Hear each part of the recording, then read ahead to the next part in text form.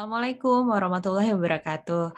Ya, sahabat Sisi, kembali lagi bersama Nuri dari childrencafe.com dan masih bersama narasumber kita yang kali ini membahas tentang positive parenting. Narasumber kita adalah Mbak Syarfia Lukman atau Mbak Via. Beliau adalah seorang psikolog yang sekarang home base-nya adalah di Makassar. Sahabat Sisi, mungkin Anda yang di Makassar tahu nih atau sempat kenal nih dengan beliau ya. Karena katanya psikolog kondang nih di sana. Benar nggak Mbak Via? Enggak lah, enggak. Amin gitu ya. Oh, amin ya. Iya. Yang jelas bermanfaat, bisa bermanfaat. Amin, amin ya robbal alamin. Ya, sahabat Sisi, kita masih membahas tentang positive parenting. Kalau tadi di bagian pertama kita bicara tentang dasar-dasar dari positive parenting, lalu apa sih sebenarnya positive parenting, terus manfaatnya untuk anak dan juga untuk orang tua itu apa. Maka sekarang di bagian yang kedua, kita akan bahas lebih banyak tentang penerapannya. Gimana nih cara kita untuk menerapkannya di rumah kepada anak-anak? Kemudian apakah untuk setiap usia itu ada perbedaan cara menerapkan, misalnya anak yang lebih kecil gitu ya, anak yang batita dengan anak usia sekolah, dengan remaja. Nah, itu pasti beda-beda lagi nih penerapannya. Mbak Fia bisa berbagi ya dengan kita gimana sih sebenarnya orang tua menerapkan positive parenting di rumah? Ya, silahkan. Oke, terima kasih Teh Nuri. Oke, kita balik lagi ke ini ya, konsep positif parenting berarti positif dengan yang 3 prinsip yang tadi ya, Teh Nuri ya. Yang pertama suportif, kemudian konstruktif, yang ketiga menyenangkan gitu. Nah, ini bisa banget untuk kita lakukan di rumah, untuk ibu-ibu lakukan di rumah. Tapi sebelum akhirnya melakukan, gimana caranya gitu. Betul. Sebenarnya yang pertama adalah tentukan dulu apa nih yang perilaku apa atau nilai apa yang mau ditanamkan ke anak gitu. Kemudian yang kedua, jangan lupa sampaikan ke anak gitu. Sounding, kalau misalnya masih kecil sounding. Minimal kita sampaikan bahwa misalnya ibu ingin kakak tuh seperti ini misalnya. Nah, yang ketiga adalah setelah itu ketika misalnya anak melakukan itu, berikan dia pujian gitu. Konsekuensi positif dari apa yang dilakukan gitu, apresiasi. Nah, yang terakhir adalah lakukan secara konsisten sehingga akhirnya nanti kebiasaan atau perilaku atau apapun yang ingin ditanamkan ke anak itu jadi sesuatu yang menetap gitu di anak. Nah, kalau untuk contoh sehari-hari ya, yang menurut saya yang saya pribadi merasa cukup berhasil melakukan itu adalah untuk kebiasaan ngaji. Oke. Jadi Seperti apa tuh? anak saya tuh usia 4 tahun sekarang. Jadi kami memang sepakat gitu sama suami, ya anak-anak tuh harus diajarin ngaji dari usia dini gitu. Walaupun misalnya kalau saya pribadi waktu kecil kayaknya 5 tahun dia baru belajar ngaji. Nah, anak saya yang pertama itu sejak usia 2 tahun itu udah diajarin Al-Fatihah gitu. Jadi nggak diajarin huruf hijaiyah gitu, tapi belajar langsung kayak surat ngafalin. ya? Ya, surat-surat pendek. Jadi kayak ngafalin, saya beliin buku-buku Iqra yang ada surat-surat pendeknya dan itu yang gambarnya lucu-lucu gitu loh, Teh Nuri. Dan saya sampein gitu, ini sebelum dia belajar ini nanti kita ini ya, belajar ini ya, belajar ngaji ya, belajar Al-Fatihah dan itu butuh proses yang cukup lama gitu menurut saya sampai sekarang dia 2 tahun lebih. Alhamdulillah hafalannya sudah cukup banyak gitu. Dan terutama konsisten. Konsisten maksudnya rutin gitu. Ada jadwal rutin yang kami lakukan. Oke. Jadi misalnya kalau langsung dipraktekin nih ceritanya lagi mau belajar ngaji nih Mbak Via. Kan tadi ada tentukan nilai yang ingin ditanamkan atau value-nya, kemudian sounding, kemudian apresiasi, dan kemudian konsisten. Boleh kita contohin lebih detail nggak? Pura-puranya lagi mau belajar ngaji nih, jadi seperti apa nih? Oke. Nah, biasanya kalau yang kayak sekarang anak-anak tuh udah ingat gitu. Oh, ini udah malam ya, Bu, udah mau tidur ya? Iya. Besok berarti aku bangun habis mandi ngaji ya. Misalnya kayak gitu. Oh iya gitu. Jadi udah di tahap itu. Kalau dulu, nah besok kita ini ya, kita akan mulai kalau misalnya udah mandi, kita akan ngaji gitu. Kita misalnya setelah ngaji, yang mana yang dibaca gitu. Nah untuk yang mana yang dibaca itu aku pun beberapa kali evaluasi gitu. Dulu misalnya dari 1 kali aja, kayaknya kurang deh, sekali sehari misalnya. Coba ditambahin, bisa nggak? Dan setelah akhirnya dia berhasil, itu betul-betul yang kayak seneng banget gitu, wah bisa ternyata ya gitu. Nah itu kan bentuk apresiasi gitu. Iya. Sebelum menyampaikan, keren nih, keren, wah bisa ternyata ngapalin ini gitu. Nah setelah itu akhirnya memang ya dirutinkan gitu. Ketika dia, saya nggak tahu ya, Teh Nuri ini masih salah, keliru atau enggak. Karena kadang tanpa sadar pun misalnya nih, kalau yang saya lakukan ke anak saya ya, 3 kali sehari nih. Jadi ada pagi, ngaji pagi, siang, sama malam. Gitu. Kadang tuh dulu awal-awal tuh kalau dia nggak ngaji tuh kayaknya tuh kesel gitu. Saya tuh kesel gitu. Karena saya merasa saya nggak mencapai ini gitu. Nah, setelah saya evaluasi, saya nggak boleh ini, coba aja terus. Jadi dengan positif ya, misalnya belum ngaji loh nak, Aiman belum ngaji ya. Jadi itu kayak nyindir gitu, itu kan nggak nyaman gitu. Betul, buat anak, betul. Ya, jadi kerasa juga akhirnya saya coba lagi evaluasi. Oke, saya nggak boleh strict, misalnya orang tua nggak bisa strict pagi, beneran pagi, misalnya jam 7 teng gitu. Pernah juga tuh dulu dicoba teng misalnya jam sekian. Tapi oke, ini evaluasi lagi gitu seiring dengan misalnya jumlah surah yang dibaca. Karena kan makin lama makin banyak nih. Jadi nggak mungkin, saya akhirnya evaluasi lagi, nggak mungkin, capek juga dia harus duduk. Misalnya ini duduk setengah jam misalnya, waduh anak usia segitu. Nggak mungkin gitu. Jadi saya pecah misalnya. Entah yang malam jadi hanya ngafalin surah baru, kayak gitu-gitu sih. Tapi setelah ada ngafalin lagi, diapresiasi lagi. Gitu sih. Kalau mau contoh yang lain kayak apa ya, ngerapin mainan. Iya. Kayak gimana misalnya? Itu bisa. Kayak misalnya, ini kan lagi main nih, waktu main itu anggaplah pagi sebelum siang kan berantakan semuanya. Oke, misalnya dia mau ngambil mainan yang lain. Nah, itu kita udah mulai sounding nih misalnya, oke, mau main yang lain, mainan yang lainnya udah nggak dipakai lagi kan? Enggak, oke. Sebelum ambil mainan yang itu, kita beresin dulu yuk mainannya. Waktu itu memang pokoknya Bu yang beresin. Enggak, kita berdua. Nah, bisa tuh sambil nyanyi, ayo kita ambil mainan, misalnya kalau mau sambil nyanyi. Itu kalau lagi happy tuh, kalau dua-duanya lagi happy. Kalau misalnya lagi rada-rada, ayo kita ambil mainannya. Nah, boleh tuh agak-agak ditegesin tuh soalnya. Ya, sekarang ambil. Nah, sekarang Ibu bantuin yang ini, kamu ambil yang ini. Nah, setelah itu, oke. Nah, kan ternyata bisa kakak beresin mainannya. Sekarang kita main lagi yang lain. Dan itu akhirnya bisa rutin dan dia tahu gitu, misalnya sebelum ngambil mainan yang ini, oh iya aku harus bereskan. Biasanya butuh berapa lama Mbak Via untuk akhirnya itu menjadi kebiasaan bagi anak? Wow, ini pertanyaan yang cukup sulit nih. Kenapa nih? Karena nggak ada patokannya ya? Ada patokan sih, tapi kemarin aku sempat sharing juga dengan dosen dari mana ya, sempat adalah saya nggak tahu itu hasil penelitian dari mana, ternyata untuk anak-anak itu untuk berhasil menjadi suatu kebiasaan itu butuh 700 kali. Oh ya? Buat anak-anak ya? Iya, mudah-mudahan aku nggak salah ingat gitu, 700 kali gitu. Tapi pengulangan, 700 kali pengulangan. Aku akhirnya kebayang sih, maksudnya yang kayak misalnya anakku itu ngaji, belajar ngaji dari 2 tahun sampai sekarang 4 tahun, kan 2 tahun tuh. Iya. Jadi akhirnya dia ngerasa sendiri gitu. Jadi betul itu 700 700 hari kan, 365 kan? Kali 2, iya kurang lebih 700-an. Itu baru 1 kali tuh, kalau ini udah 3 kali kan udah berkali-kali. Anggaplah misalnya setahun gitu, setahun itu rutin gitu ngaji. Sekali aja tiap hari ya, dia akan merasa kehilangan gitu, kok nggak ada ngaji lagi gitu. Kalau sekarang sih anakku udah tahu, Ibu Aiman belum ngaji siang nih. Iya, akhirnya dia nyadar sendiri. Kadang kalau misalnya aku lagi sibuk, kadang lupa untuk ngingetin ini ngaji, kadang dia jadi ini ingetin sendiri. Atau kita lagi keluar, Ibu bawa Quran nggak? Karena aku mau ngaji siang. Oh iya.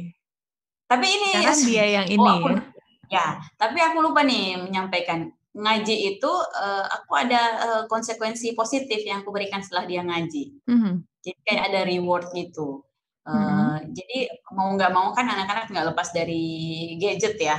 Nah dulu aku sama sekali sempat nggak mau gitu, puasa misalnya gadget. kenalin YouTube gitu. Nah tapi akhirnya aku jadi kayak oke, dia udah istilahnya udah kerja keras, udah belajar. Nih aku ada waktunya. Sekarang waktunya nonton, dia nonton mobil atau nonton hewan-hewan 10 menit. 10 menit. Dan itu aku hitungin. Nah, di proses itu pun kita belajar tuh. Yang awalnya dia nggak mau misalnya ngasih, udah habis waktunya, enggak. Ya, aku evaluasi lagi. Oke, berarti aku harus ngasih warning misalnya 10 menit ya, mulai dari sekarang. 7 menit lagi.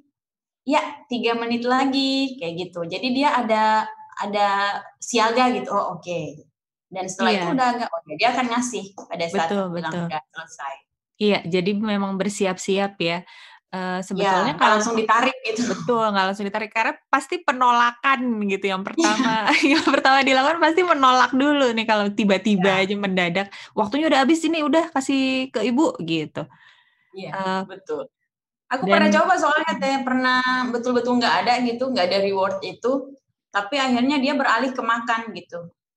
Ibu makan, buatin ini dong, Bu, masakin ini.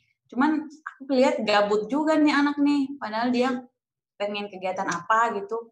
Aku kasih lagi, ya ternyata nggak apa-apa juga sih. Maksudnya dia nggak kehilangan juga, tapi apa ya? Aku nggak tahu nih dilemanya juga karena di satu sisi kita juga harus menyesuaikan ya dengan dunia perkembangan digital teknologi sekarang. dengan zamannya. Betul. Iya, saya setuju sih. Ini kita memang jadi banyak hal yang bisa dibahas ya Mbak Via ya, termasuk penggunaan gadget misalnya, terus tadi yang tentang apa namanya, warning gitu pada saat kita mau mengakhiri suatu sesi gitu, misalnya ada 5 menit lagi, 1 menit lagi dan sebagainya. Saya tuh jadi ingat, mau sedikit sharing pengalaman, kalau dulu kan saya pernah memang jadi guru TK, dan ini udah cukup lama sih, jadi sebelum kuliah profesi itu saya guru TK dulu. Nggak usah disebutin tahunnya ya. Nggak usah, nggak perlu. Cukup gitu saja, antara kita saja ya. Jadi guru TK dulu dan sebetulnya prinsip-prinsip itu sebagian sudah diterapkan sih kalau saya perhatikan di sekolah. Jadi kayak misalnya kalau di sekolah kan mungkin bisa lebih teratur ya Mbak Via, waktu-waktu itu kan memang sudah diatur gitu. Jadi misalnya, playing time gitu, terus ada setelah playing time ada, setelah play time ada clean up time memang. Dan, guru-gurunya itu selalu memberikan warning kepada anak-anak, kalau misalnya play time-nya sudah mau berakhir. Misalnya 5 more minutes before clean up time, kayak gitu-gitu.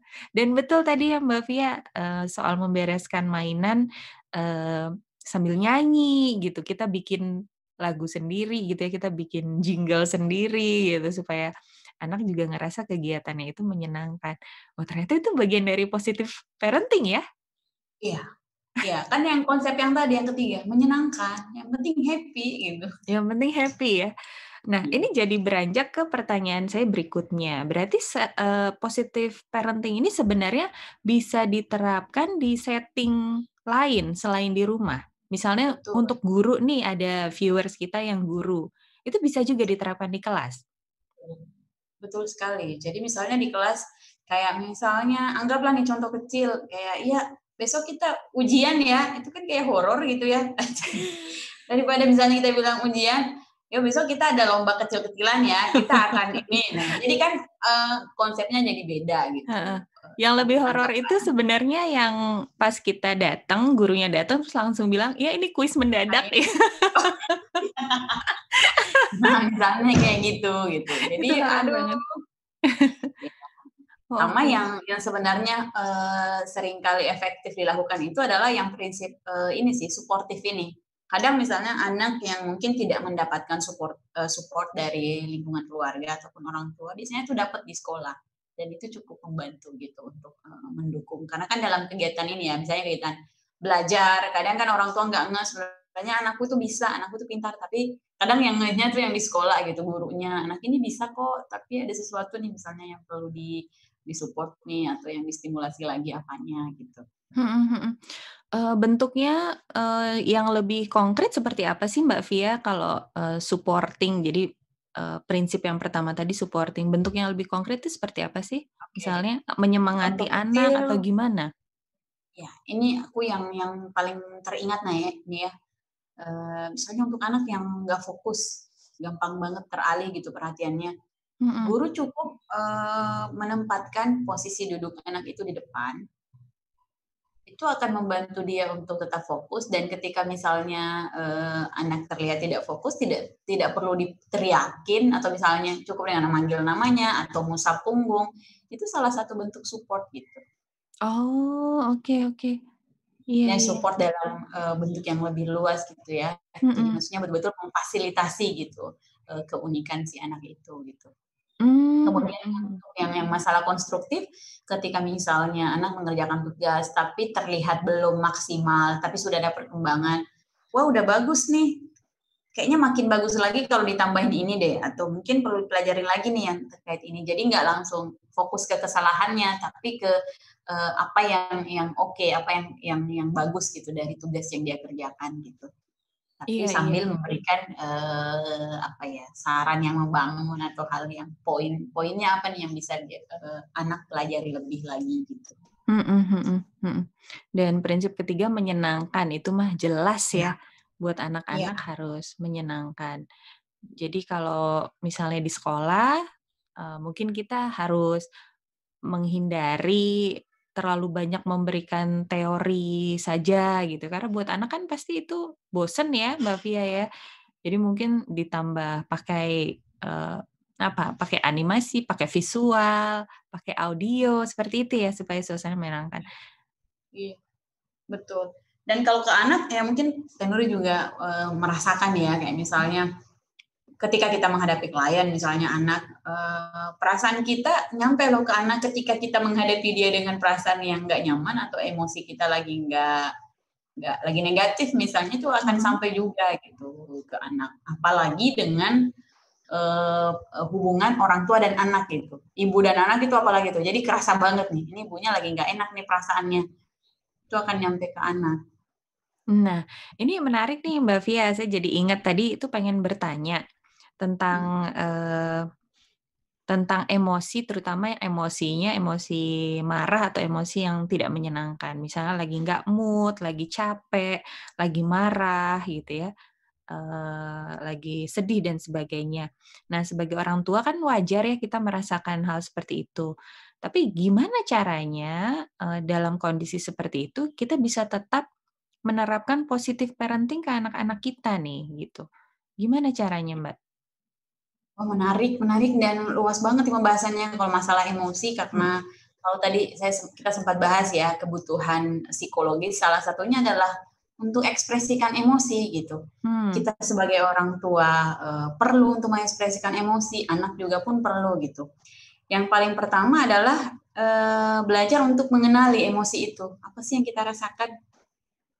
Nah, biasanya orang-orang ibu-ibu nih, biasanya mungkin, sering merasakan itu, tapi nggak tahu ini namanya apa ya.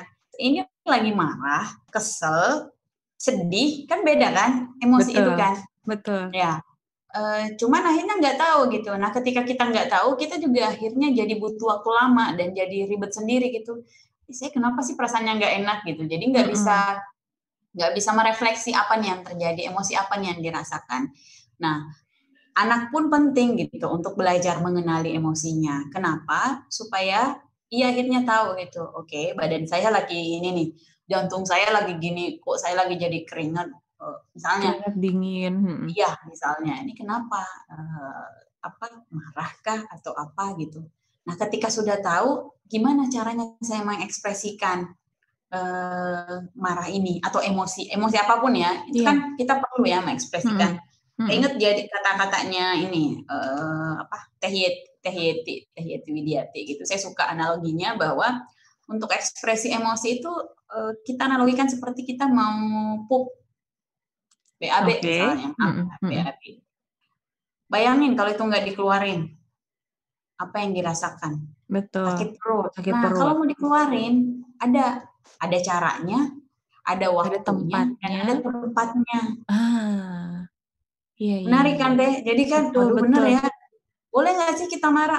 Anak kita boleh nggak sih marah sama kita? Boleh banget. Tapi caranya gimana dulu gitu. Nah, gimana Tempatnya di caranya? mana dulu gitu. Nah, ada caranya. Langsung Jadi ditembak. jadi saya juga akhirnya banyak belajar ya dari anak saya yang pertama teh. Waktu itu sebenarnya nggak sengaja saya bawa dia ikut kegiatan ya, karena misalnya ada kegiatan parenting ikut, akhirnya dia tahu waktu itu ada pakar public speaking kayaknya, dia ekspresiin semua marah tuh kayak gini gini gini. Jadi akhirnya ketika dia ngelihat ekspresi kita atau suara kita meninggi, dia udah nanya, "Ibu marah?" Enggak, siapa yang marah? Saya kayak gitu. Atau misalnya sebaliknya, kita sebagai orang tua, "Kakak marah?" Atau "Kakak lagi kenapa sih?" Misalnya dia udah nangis nih, marah, sedih, atau jengkel sama ibu. Misalnya dia belum tahu marah karena, jadi kita menjelaskan gitu, mendeskripsikan marah karena ini ya. Dan sebaliknya juga kita ajarkan juga emosi positif, happy ya gitu. Happy ya, diajak jalan-jalan, bahagia ya, atau seneng ya kayak gini. Jadi akhirnya nanti dia tahu, oh oke, ini saya lagi marah. Dan yang saya buktikan dari anak, akhirnya dia bisa menyampaikan itu, saya lagi marah sama ibu. Oh itu. Paling lucu waktu dia bilang kecewa gitu, saya nggak tahu lihat dari mana tuh.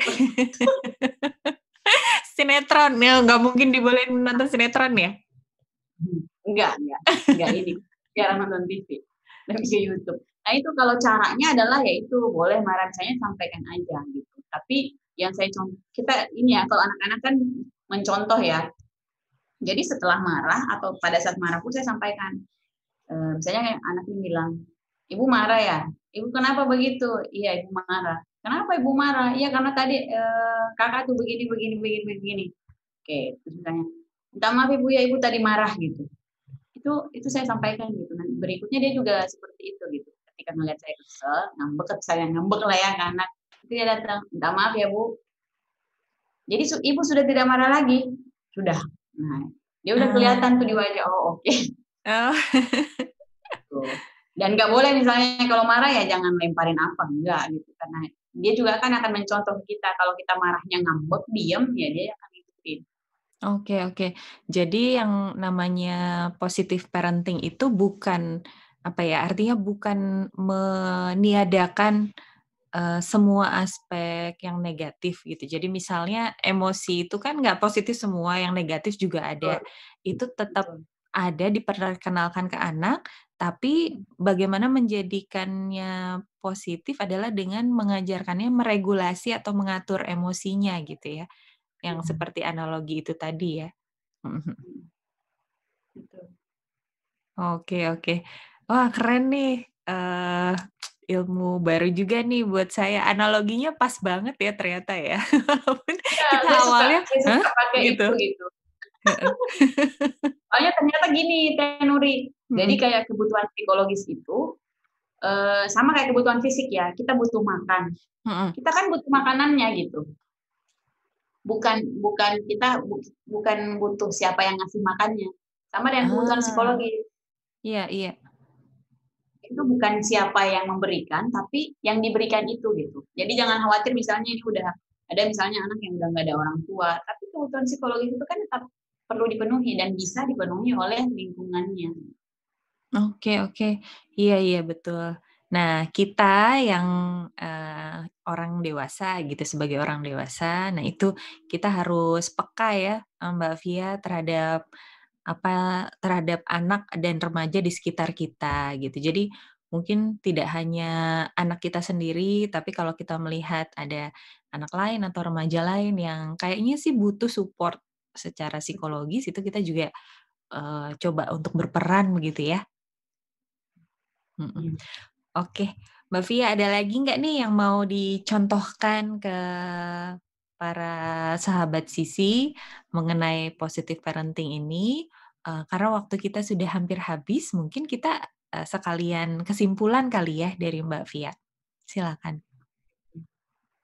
Kalau kesimpulan sih ya positif parenting itu adalah gimana caranya kita tetap menerapkan cara-cara yang positif dengan tidak menyadarkan emosi negatif mungkin yang kita rasakan gitu ya. Jadi bukan berarti menyediakan negatif, kalau kayak tadi kata Teh Nuril tadi, tapi kita tetap berusaha untuk mencari cara yang tepat, yang positif bagi kita dan anak. Karena nggak semua cara cocok untuk ibu-ibu gitu. Jadi punya kekhasan tersendiri gitu. Jadi silakan bereksplorasi dan jangan lupa untuk mengevaluasi apa yang perlu diperbaiki dalam proses interaksi atau pengasuhan dalam keluarga. Gitu sih Mbak Nuri. Baik. Oke, terima kasih banyak Mbak Via. Hari ini sudah sharing ke kita, sudah cerita banyak soal penerapan positive parenting di rumah dan juga di setting sekolah. Sebetulnya masih bisa di setting yang lain ya. Yang penting memang 3 prinsip itu tadi yang dipegang ya Mbak Via ya. Satu supporting, yang kedua tadi konstruktif, dan yang ketiga adalah menyenangkan. Jadi dengan 3 prinsip itu tadi, mudah-mudahan jadi tercipta iklim positif nih di rumah kita, di kelas kita, kalau misalnya kita adalah guru. Bahkan saya ngebayangin kalau misalnya profesi kita yang lain nih, anggaplah psikolog gitu, atau dokter gitu, yang dokter anak yang juga akan didatangi oleh anak-anak dan remaja misalnya. 3 prinsip itu juga bisa diterapkan ya? Bisa, betul. Jadi bisa diterapkan ya. Jadi artinya satu berikan support, kedua terus konstruktif itu kayak hindari label-label yang menjatuhkan, terus kayak apresiasi, berikan saran-saran yang konstruktif, dan yang ketiga itu tadi yang menyenangkan itu pasti ya. Soalnya kan kadang-kadang anak-anak suka takut ya datang ke dokter gitu atau ke psikolog atau ketemu orang asing gitu. Jadinya suasana menyenangkan tuh harus dibangun ya Mbak Via ya. Betul. Ketika menyenangkan semuanya sangat mudah, informasi mudah masuk, proses apapun bisa dilakukan dengan mudah. Dan tadi waktu kita break, saya jadi ingat kita sempat bahas juga tentang bagaimana memanage emosi orang tua. Apa tadi kuncinya Mbak Via? Ada 3 apa kuncinya? 3S? Yang apa tuh? 3S? Oh, sorry.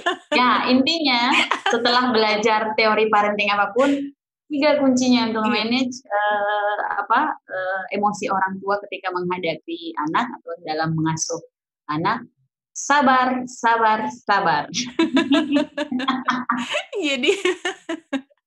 Jadi itu ya. Karena kesabaran itu tidak ada batasnya ya, seharusnya. Baik. Sahabat Sisi, itu dia perbincangan kita hari ini dengan Mbak Via tentang positive parenting.